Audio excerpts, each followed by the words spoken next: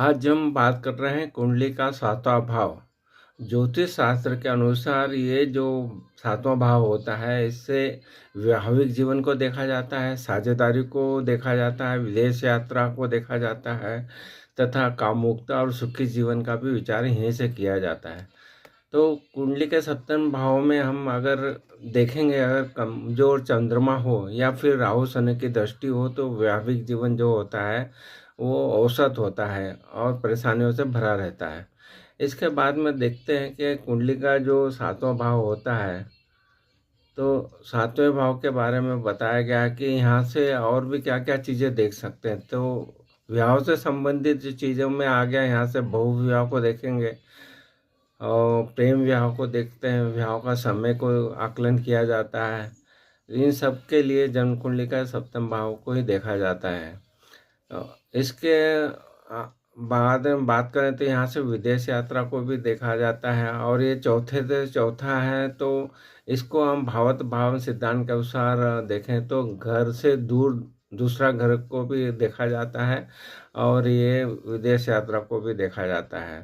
तो इस तरह से कुंडली में जब भी एक बात देखेंगे, अगर सप्तम भाव में अगर जैसे अच्छी पत्नी कब होगी, जब अगर सप्तम भाव में जो पुरुष की कुंडली है वहाँ पे चंद्रमा और शुक्र जो भी स्थिति उनकी अगर शुभ स्थानों पे है और उस पे पाप ग्रह राहु केतु शनि मंगल का प्रभाव नहीं है, तो आप मान के चलिए कि आपके पत्नी का स्वभाव बहुत अच्छा होगा और वो पति का साथ देगी। वहीं अगर किसी की स्त्री की कुंडली में देखें तो कुंडली में गुरु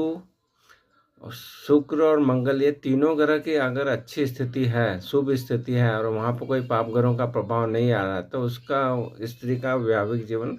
अच्छा होगा। इस तरह से आप अपनी कुंडली में सप्तम भाव के बारे में जो